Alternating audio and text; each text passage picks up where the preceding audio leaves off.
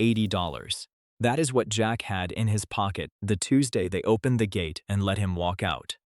No apartment waiting, no job lined up, just a garbage bag of clothes and a cousin with a backyard shed nobody had touched in years. By the following Christmas, that same shed was pulling in real money. But the way it happened is stranger and more deliberate than it sounds. Across Cleveland, Birmingham, and Phoenix, released men have quietly done a version of the same thing. What Jack built inside 8 feet of plywood walls is the part nobody expects. The obvious question is why a man in Jack's position would not simply go get a job. Fill out applications, take whatever work was offered, save up, and build from there. It sounds like the responsible path. For most people, leaving prison, it is also the path that fails first. The background check ends most applications before a human ever reads them. A box gets checked, and the file moves to the bottom of the pile.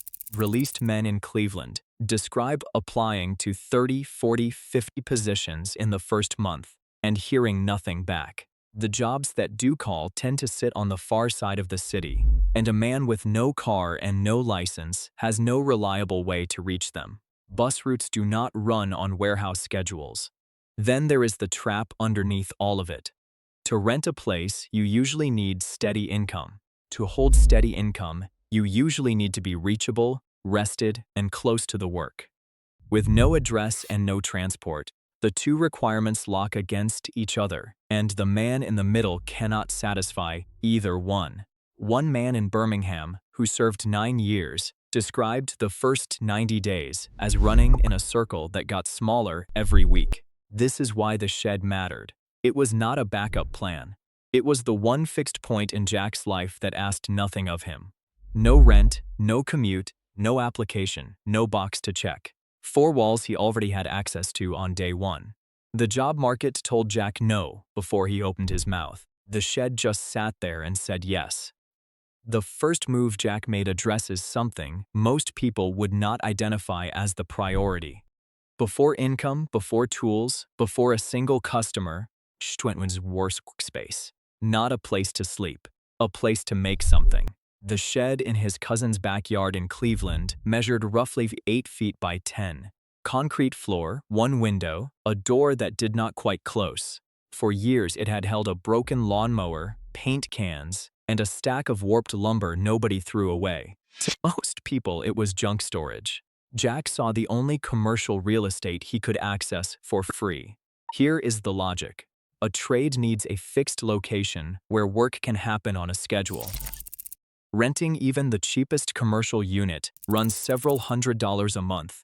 Money a man with $80 does not have. The shed removed that cost entirely, which meant every dollar Jack earned could go back into the work instead of into rent. Released men who start this way describe it as the difference between climbing out of a hole and climbing out of a hole while someone keeps shoveling dirt back in. The skill came from inside. During his sentence, Jack had spent time in a vocational woodworking program, the kind that teaches joinery, sanding, finishing, and basic furniture repair. What he learned inside left him with a trade most people pay years to acquire. He walked out with no money, but with his hands already trained. The pipeline that fed the shed was salvage.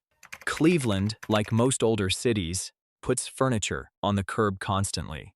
Solid wood dressers with a broken drawer, oak chairs missing a rung, tables scratched down to bare grain. People throw these out because repair feels like more trouble than replacement. Jack collected them on foot, 1 piece at a time, and carried them back to the shed. The raw material cost nothing but the walk. This is the part worth slowing down on. A discarded solid wood dresser, sanded and refinished, can resell for well over $100. The wood is already there. The labor is the value, and labor was the one thing Jack had in surplus. One man in Phoenix who ran a version of this for over a year described his first month as turning other people's garbage into the only inventory he could afford. There is a real boundary here. Furniture left at the curb on collection day is generally considered abandoned. But rules vary by city. and taking items from private property or before they are set out for disposal is a different matter entirely. The men who do this safely stick to the curb and the collection schedule, nothing more. By the end of his second week, Jack had 4 pieces in the shed, in various stages of repair. No income yet. But for the first time since the gate opened, he had inventory, a workspace, and a reason to get up before sunrise. Sitting in a shed is not money.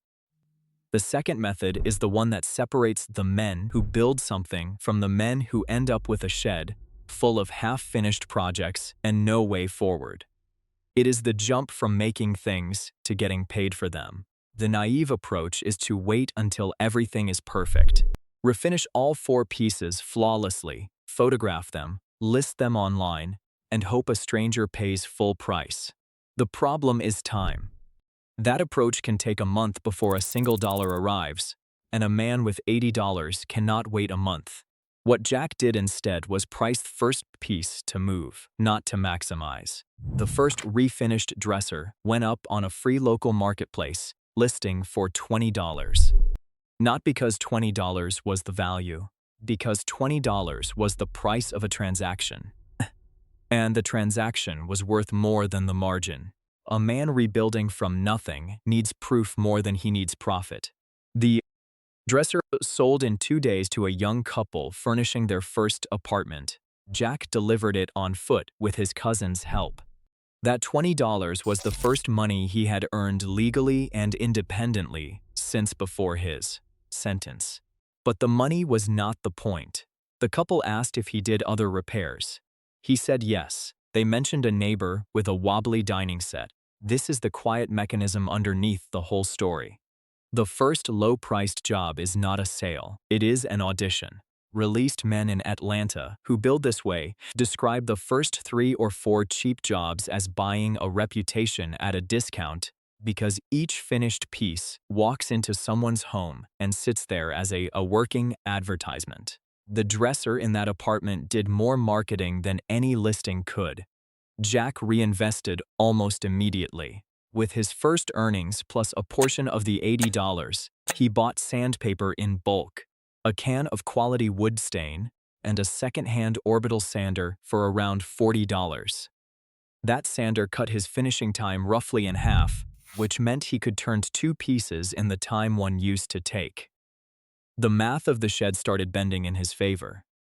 A note on the legal frame, because it matters for anyone in Jack's position. Then selling refinished goods as an individual is generally straightforward, but turning it into an ongoing business eventually involves local license, sales tax registration, and rules that differ by state.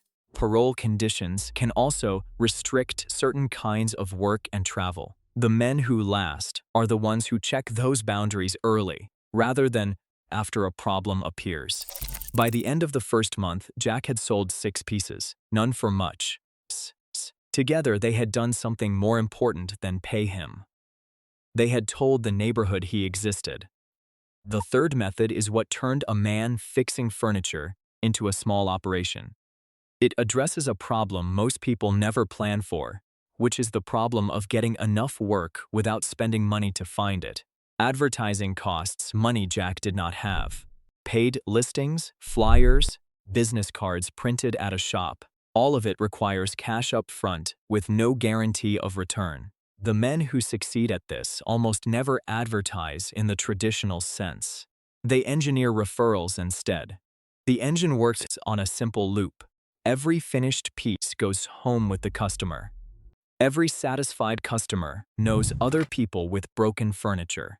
The only thing standing between one job and the next is whether the customer remembers your name when the subject comes up. Jack solved that with something that cost him nothing. On the bottom of every piece he repaired, he wrote his first name and a phone number in permanent marker. Months later, when someone flipped a chair to tighten a leg, the contact was already there. Then he added a second loop on top of the first.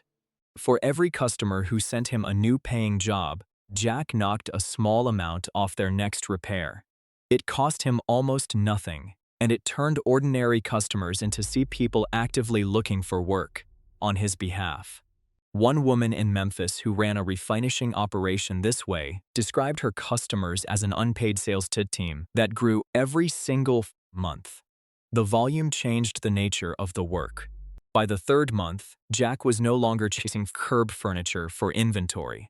Customers were bringing their own pieces to the shed, which meant he was being paid for labor alone with no material cost and no time spent collecting. A single dining set restoration could bring a few $100s. The shed that started with a broken lawnmower now had a small backlog of paid work waiting. He hit the ceiling of what one man in an 8x10 shed could physically do. So he made the move that defines this stage. He brought in a second person, another man from his vocational program, who had been released a few months earlier and was stuck in the same circle. Jack had escaped. He did not hire an employee in the formal sense at first. He split jobs and split the money. 2 sets of trained hands in the same shed roughly doubled the output. There is a legal line worth naming here. The moment money changes hands between 2 workers, you are in the territory of employment law, tax withholding, and liability, all of which have real rules. The operations that survive past this stage bring in proper structure early. The ones that ignore it tend to collapse under the first problem they did not see coming. By the start of the holiday season, the shed was running 2 men, a backlog of jobs, and a referral loop feeding itself. Jack had not advertised once. Step back, and the 4 pieces stop looking like luck and start looking like a machine. The free workspace removed the single largest fixed cost before it ever existed. The salvage-to-skill pipeline turned discarded wood into inventory that cost nothing but labor, and labor was the one resource Jack had in surplus. The first paying job, priced to move rather than to maximize, bought a reputation at a discount and put working advertisements inside people's homes. The referral engine then took that reputation and made it multiply on its own, without a dollar of advertising, until the work outgrew what one man could handle. Each piece funded the next. The $80 bought sandpaper and stain. The sandpaper and stain produced the first sales. The first sales bought the sander that doubled his speed. The faster output produced more finished pieces, which produced more referrals, which produced enough volume to justify a second pair of hands. At no point did Jack need money he did not already have inside the system. It paid for its own growth from the second week forward. That is the part that surprises people about the shed method. It is not a story about one clever trick. It is a sequence where the only inputs were free workspace, a trained skill, discarded material and time, and the sequence was built so that each stage generated the fuel for the next. A man in Indianapolis who built a nearly identical operation described it as a fire that, once lit, fed itself on what everyone else threw away. Jack put it plainly when asked how a backyard shed became the thing that rebuilt his life. Is just 4 walls and a roof, same as a house. The only difference is whether you decide something gets built inside it. By that Christmas, less than a year after Tuesday release with $80 and a garbage bag, the shed was a real operation with steady work, a second worker, and a customer list that kept growing on its own. Whether it makes him a millionaire is a longer story still being written. What is not in question is that a man who walked out with nothing had built something that was entirely his, out of materials the rest of the world had discarded. The release date did not define him. What he did with the shed did. If stories of people rebuilding from zero are the kind of thing you want to keep seeing, subscribing helps these reach more of the people who need to hear them most. There is another story worth knowing, a different re-entry challenge entirely. One man, one impossible starting point, and the system he built to survive it. That one is worth watching next.